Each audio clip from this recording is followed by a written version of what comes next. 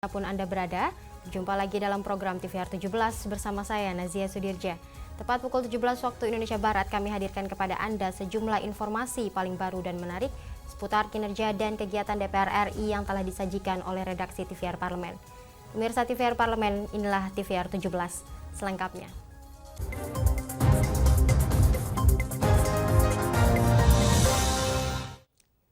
Pemirsa, Badan Legislasi DPR RI bersama pemerintah dan DPD RI kembali membahas rancangan Undang-Undang Daerah Khusus Jakarta, termasuk pengembalian mekanisme pemilihan gubernur kepada masyarakat melalui pemilihan kepala daerah langsung yang dilanjutkan ke pengambilan persetujuan tingkat 1. Badan Legislasi DPR RI bersama pemerintah dan DPD RI yang juga dihadiri oleh perwakilan Menteri Keuangan dan Menteri PPN atau Kepala Bappenas kembali membahas rancangan Undang-Undang Daerah Khusus Jakarta. Anggota Badan Legislasi DPR RI Mardani menerangkan, dalam masa sidang lalu, Balik DPR RI telah merampungkan draft RUU DKJ. Selanjutnya, pemerintah bersama DPD RI telah menyerahkan daftar inventarisasi masalah. Mardani mengatakan, salah satu poin yang dibahas adalah mekanisme pemilihan gubernur yang akan dikembalikan kepada masyarakat melalui pemilihan kepala daerah langsung sesuai aspirasi dan pendapat masyarakat Jakarta yang disampaikan kepada DPR RI sebelumnya. Rancangan Undang-Undang Provinsi Daerah Khusus Jakarta namanya. Draft RUU sudah disahkan masa sidang yang lalu. Sekarang kembali dengan membawa DIM, Daftar Inventarisasi Masalah dari pemerintah dan DPD. Sesudah ini akan dibentuk panitia kerja, panja, untuk pemilihan kepala daerah. Draft RUU dari DPR ditolak oleh masyarakat secara umum. Fraksi juga belakangan tegas menolak dan pemerintah juga sepakat dikembalikan. Tidak ada pengangkatan gubernur oleh presiden, tapi diserahkan kepada mekanisme pilkada langsung, pemilihan kepala daerah langsung. Mardani menyebut RUU DKJ ditargetkan akan rampung pada tanggal 3 April 2024 dan dapat diparipurnakan untuk mengambil keputusan tingkat 2 pada rapat paripurna tanggal 4 April mendatang. Panji dan Yoga, TVR Parlemen, laporkan. Beralih ke berita selanjutnya, pemirsa, Komisi 4 DPR RI sampaikan penyebab kenaikan harga beras hingga 20% bukan hanya karena El Nino, namun karena kenaikan harga bahan pokok lainnya juga. Harga komoditas pangan di Indonesia, khususnya beras, sejak awal tahun 2023 terus melonjak hingga lebih dari 20%. Komisi 4 DPR RI menyebut tak hanya El Nino, harga bahan pokok yang juga mengalami kenaikan menjadi penyebab melonjaknya harga beras. Anggota Komisi 4 DPR RI Daniel Johan menyebut, kedepannya tidak hanya beras, harga 9 bahan pokok lainnya juga akan melonjak jika bahan pokok seperti pupuk, pestisida, dan obat-obatan pertanian juga mengalami kenaikan. Untuk itu, Daniel meminta pemerintah menggencarkan distribusi pupuk subsidi guna mengendalikan harga pangan di pasar dan membantu pemerintah dalam mengendalikan laju inflasi. Memang secara harga itu menjadi tantangan berat untuk kita di Indonesia. Beras sekarang tinggi itu bukan hanya karena persediaannya kurang, tetapi yang lebih terjadi karena modal petani sudah sangat tinggi. Harga pupuk sudah naik, harga pestisida naik, obat-obatan naik, semua naik. Jadi harga pokoknya naik. Sehingga nggak hanya persoalan beras nih, ya. Ke depan daya saing Indonesia kalau tidak dibenahi dengan benar, sampai satu titik tidak ada lagi petani di Indonesia. Tidak ada lagi peternak. Sehingga segera penting harus dilakukan. Memastikan pupuk subsidi itu meningkat sesuai dengan kebutuhan petani yang ada. Lebih lanjut, Daniel menyebut pembuatan embung air terhadap lahan tanpa pengairan irigasi yang baik serta penyuburan kembali tanah pertanian juga penting dilakukan untuk meningkatkan produktivitas para petani. Andini dan Tegar, TVR Parlemen, melaporkan. Ketersediaan dan kenaikan signifikan harga bahan pokok di bulan Ramadan menjelang Lebaran.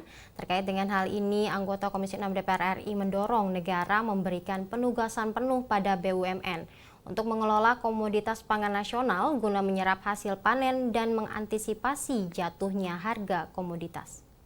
Ketersediaan dan harga bahan pangan pokok di bulan Ramadan hingga menjelang Lebaran selalu mengalami kenaikan signifikan. Menteri Perdagangan menjelaskan, situasi pasca El Nino menjadikan sejumlah daerah gagal panen. Anggota Komisi 6 DPR RI Herman Hairon mendorong negara memberikan penugasan penuh pada BUMN untuk mengelola komoditas pangan nasional.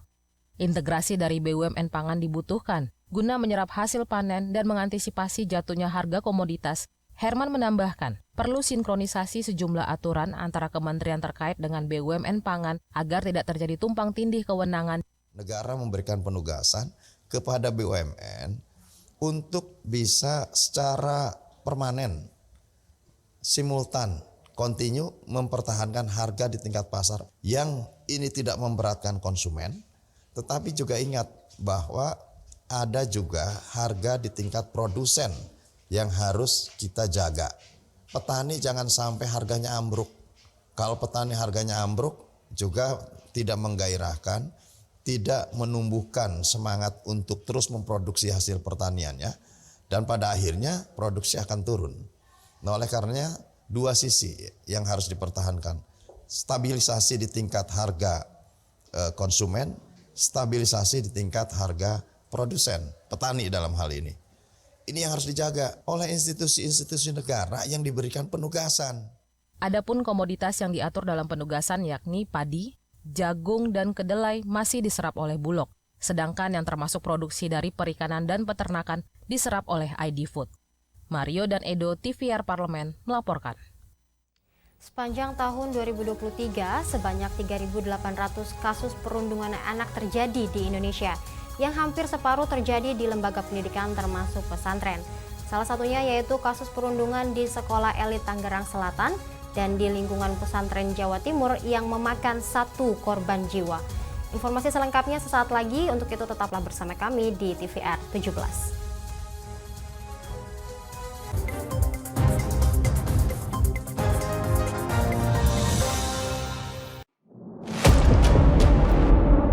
Sini ditambang. Konflik yang terjadi, Warga sini tidak mengizinkan.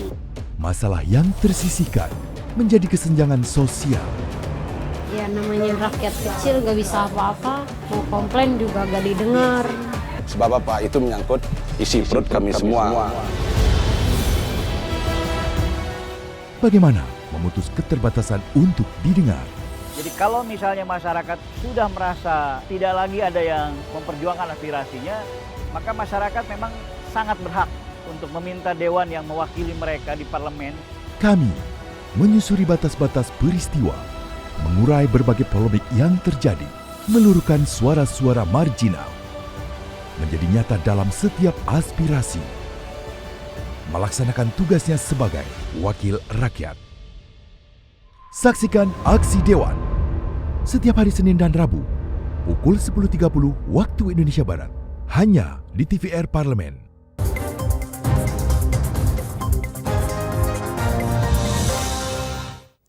Anda kembali bersama kami di TVR 17. Pemirsa, DPR RI menilai sekolah sebagai institusi pendidikan bertanggung jawab atas perundungan yang terjadi di sekolah. Pembinaan karakter penting untuk dimasukkan dalam kurikulum pendidikan di sekolah. Simak liputan mendalam yang telah dirangkum oleh tim redaksi TVR Parlemen dalam segmen editorial Parlemen berikut ini.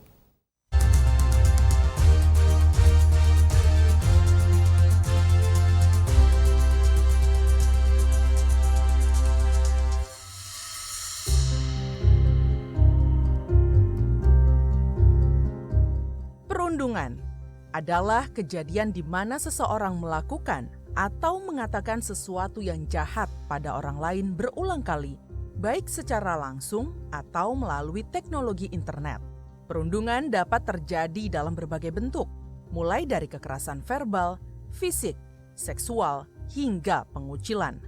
Komisi Perlindungan Anak Indonesia mengungkapkan sekitar 3.800 kasus perundungan terjadi di Indonesia sepanjang tahun 2023. Hampir separuh terjadi di lembaga pendidikan termasuk pesantren. Yang terbaru, kita mendengar kasus perundungan di sebuah sekolah elit di Tangerang Selatan dan perundungan di lingkungan pesantren di daerah Jawa Timur, hingga merenggut 1 nyawa siswa. DPR RI menilai, sekolah sebagai institusi pendidikan bertanggung jawab atas perundungan yang terjadi di sekolah. Maka, penting untuk memasukkan materi pendidikan karakter bagi siswa. Selain itu, pengawasan dan pembinaan dari guru kepada siswa harus ditingkatkan lagi. Pihak sekolah juga harus berkoordinasi dengan kepolisian untuk menyosialisasikan pendidikan karakter siswa sadar hukum agar terhindar dari perilaku kekerasan. Anggota Komisi 10 DPR RI, Andreas Hugo Pariera, mengecam terjadinya perundungan di sekolah dan mendesak pemerintah segera menanganinya dengan serius. Ia menekankan perundungan harus dilihat sebagai tindakan kriminal. Pasalnya, perundungan yang kerap terjadi sudah mengarah pada tindakan-tindakan yang mengganggu psikologis, bahkan mencederai fisik korban. Menurut Andreas, sebagai pendidik, sekolah bertanggung jawab membentuk karakter siswa yang tangguh dan berintegritas. Peran guru bimbingan penyuluhan sangat penting untuk memperhatikan perilaku dan karakter siswa. Peran dari guru BP ini harus bisa memperhatikan anak-anak ini sejak dari perilakunya, dari karakternya. Nah, sehingga anak-anak dengan kebiasaan, perilaku yang aneh ini harus ditangani secara khusus gitu. Sehingga dengan demikian dia tidak mengganggu yang lain, tidak menjadi perundung terhadap yang lain, atau dia tidak menjadi korban dari perundungan yang dilakukan oleh teman-temannya sendiri gitu. Jadi peran daripada di lingkungan sekolah, peran daripada guru BP ini perlu diintensifkan, dimaksimalkan, sehingga dengan demikian kasus-kasus seperti ini tidak berulang lagi gitu. Selain memformulasikan kebijakan khusus untuk membentuk karakter siswa berintegritas, anggota Komisi 10 DPR RI Zainuddin Maliki menilai pemangku kebijakan di sekolah tidak bisa bekerja sendiri mengatasi perundungan, sehingga harus menjalin kerjasama dengan kepolisian, orang tua siswa, dan masyarakat umum untuk mencegah terjadinya perundungan. Saya juga bisa memberikan sebuah catatan, sekolah itu tidak bisa bekerja sendiri. Orang tua juga harus ikut bertanggung jawab. Orang tua tidak boleh lagi menganggap bahwa pendidikan itu adalah urusan sekolah. Kalau sudah anaknya diserahkan pada sekolah, seolah-olah pendidikan menjadi tanggung jawab sekolah, itu awal dari kesalahan yang besar. Guru di sekolah harus juga menjalankan fungsi sebagai orang tua, sehingga kemudian guru di sekolah bisa mengenali dengan baik watak, bawaan, perilaku, kepribadian anaknya dengan baik. Pihak masyarakat saya kira juga harus ikut bertanggung jawab untuk ikut melakukan kontrol sosial. Kalau kontrol sosial itu diberikan, insya Allah peluang untuk melakukan bullying itu semakin sempit. Komisi 10 DPR RI juga mendorong para pemangku kepentingan di sektor pendidikan melakukan pencegahan dengan melakukan pendekatan personal untuk meredam kenakalan remaja. Salah satunya melalui strategi pemajuan kebudayaan untuk meredam pengaruh budaya luar dengan mengedepankan dan mengenalkan budaya sendiri melalui taman budaya, lembaga-lembaga kebudayaan, museum kepada para remaja.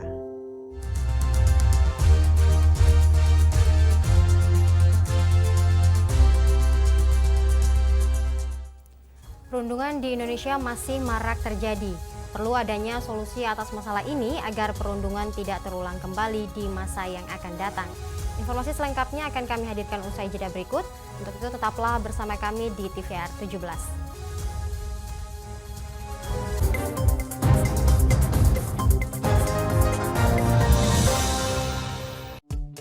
DPR RI memiliki fungsi diplomasi dalam menjalankan politik luar negeri sesuai dengan pasal 116 Undang-Undang MD 3. Kontribusi aktif BKSAP DPR RI memainkan peranan penting dalam memenangkan persaingan global melalui IPU, IPA, IPPF, AIPA, dan PUIK.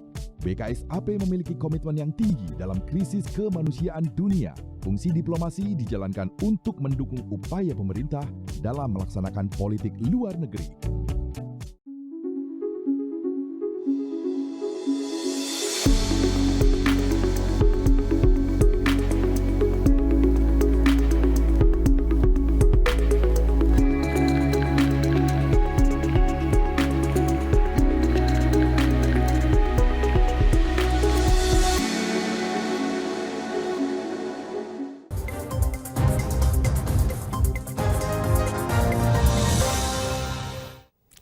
Anda kembali bersama kami di TVR 17. Pemirsa, anggota Komisi 10 DPR RI Adrianus Asia Sidot meminta Kemendikbudristek membentuk satuan tugas khusus yang bertugas mencegah terjadinya perundungan. Adrianus mengatakan perlu dukungan lingkungan sosial masyarakat yang baik dalam menekan perilaku perundungan anak. Selengkapnya berikut laporan rekan kami Vincent Aldi dari Komisi 10 DPR RI. Baik pemirsa TVR Parlemen dimanapun Anda berada, saat ini saya tengah berada di depan ruang rapat Komisi 10 DPR RI, yang mana pemirsa seperti yang kita ketahui bersama bahwa kasus perundungan di Indonesia semakin miris di hari ini. Dan masih segar diingatan kita pemirsa, ada perundungan yang melibatkan salah satu anak artis dan juga perundungan di pondok pesantren di berbagai daerah sejumlah kurang lebih 18 korban. Dan urgensi bullying ini akan kita bahas dengan salah satu anggota Komisi 10 yaitu dengan Bapak Adrianus Asia Sidot. Pak, mengenai Satgas anti perundungan yang telah dicetuskan dari Permendikbudristek nomor 46 tahun 2023, sejauh ini bagaimana perkembangannya, Pak? Iya, memang harusnya Satgas itu secara sigap harus sudah bekerja, karena memang kenyataannya perundungan ini bukannya makin berkurang, tapi malah makin bertambah ya.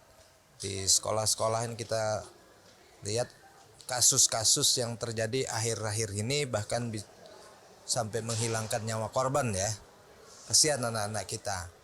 Nah, jadi perkembangan kasus perundungan yang begitu marak ini mendorong Kemendikbud untuk membuat Satgas anti perundungan. Tapi sebetulnya Satgas ini pun juga tidak akan bisa mengurangi atau bahkan menghilangkan kasus-kasus perundungan ini apabila memang masyarakat tidak mendukung, lingkungan sosial juga tidak mendukung. Karena munculnya perundungan ini itu pertama adalah dari produk lingkungan sosial, di mana anak-anak kita yang pada kenyataannya sebagian besar waktu mereka ini kan ada di lingkungan keluarga dan lingkungan masyarakat. Jadi adanya kasus-kasus perundungan sosial ini juga sebetulnya representasi dari kondisi sosial yang ada dalam masyarakat kita.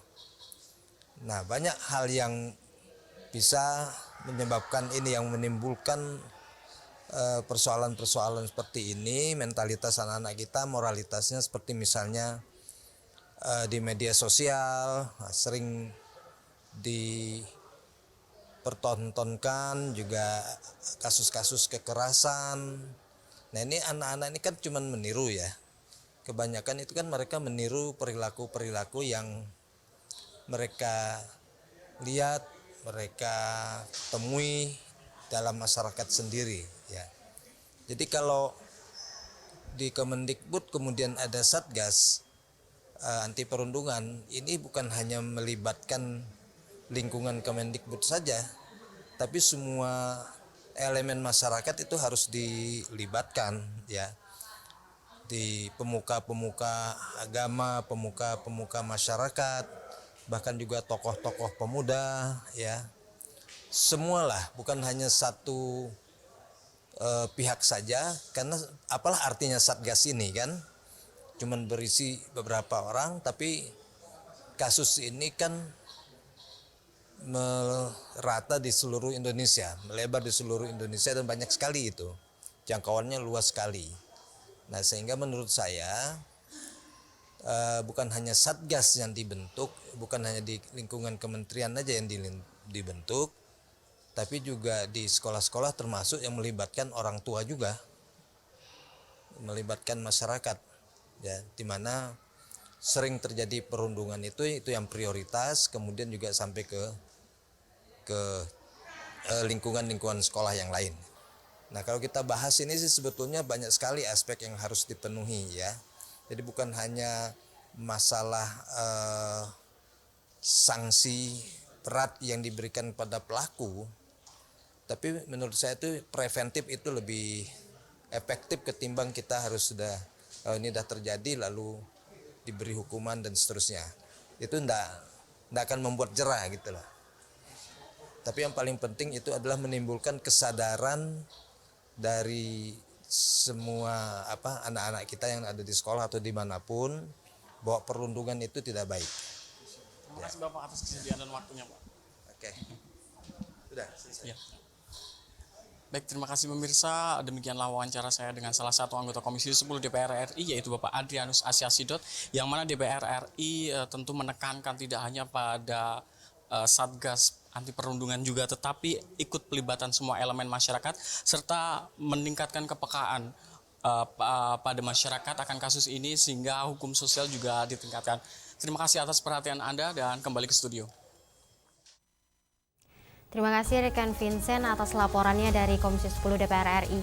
Dan selanjutnya pemirsa, apa saja yang menjadi topik perbincangan di media online nasional pada hari ini? Usai jeda tetaplah bersama kami di TVR 17.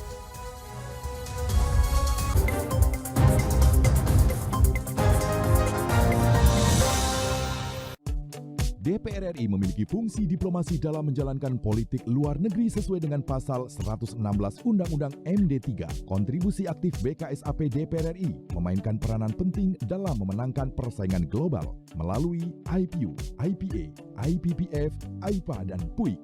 BKSAP memiliki komitmen yang tinggi dalam krisis kemanusiaan dunia. Fungsi diplomasi dijalankan untuk mendukung upaya pemerintah dalam melaksanakan politik luar negeri.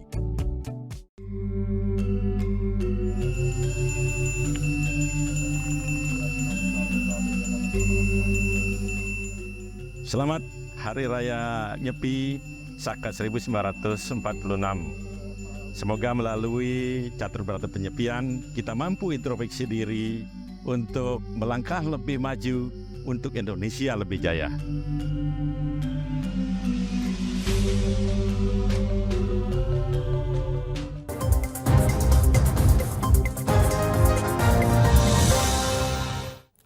Anda kembali bersama kami di TVR 17.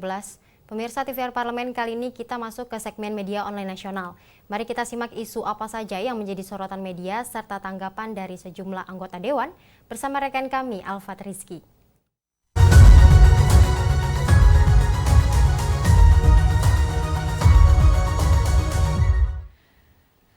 Baik, terima kasih rekan Nazia dan pemirsa, selamat sore. Kita akan membahas terkait dengan apa saja nih yang menjadi headline di media online nasional pada hari ini yang membahas terkait dengan kinerja-kinerja dari DPR RI. Berita pertama yang menjadi headline di media online yaitu terkait dengan antisipasi inflasi pangan dengan pendekatan jangka panjang. Pemirsa, mari kita simak di sini di layar kaca Anda, ada Komisi 11 DPR RI yang menyoroti permasalahan inflasi pangan, terutama masalah beras yang menjadi makanan pokok mayoritas penduduk Indonesia.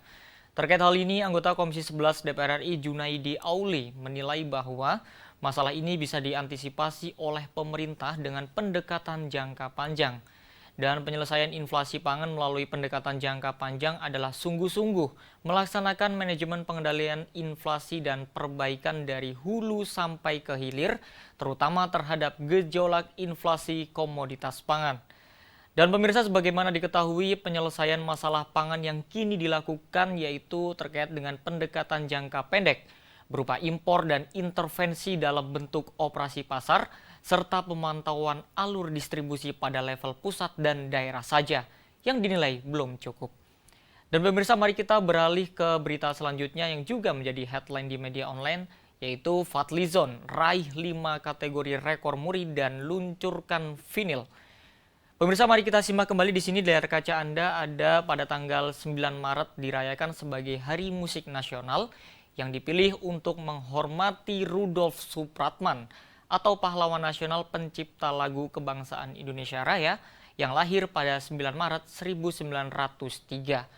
Dan pemirsa, bertepatan dengan Hari Musik Nasional tahun ini, anggota DPR RI Fadlizon menerima 5 anugerah dari Museum Rekor Dunia Indonesia untuk kategori kolektor dan inisiator. Pemirsa, 4 kategori muri sebagai kolektor diantaranya terkait dengan kolektor poster musik terbanyak dengan jumlah lebih dari 400 pieces, kolektor fosil ammonite terbanyak dengan jumlah 700 pieces, kolektor herbarium abad 19 terbanyak dengan jumlah 1000 pieces, dan kolektor topeng Afrika terbanyak.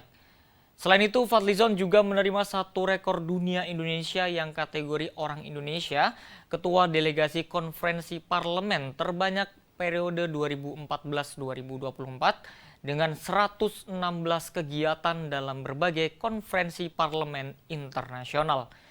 Dan pemirsa, itu saja yang menjadi headline media online pada hari ini terkait dengan antisipasi inflasi pangan dengan pendekatan jangka panjang. Dan tadi ada juga Fadlizon yang meraih 5 kategori rekor muri dan luncurkan vinil. Terima kasih atas perhatian Anda pemirsa. Kembali ke rekan Nazia.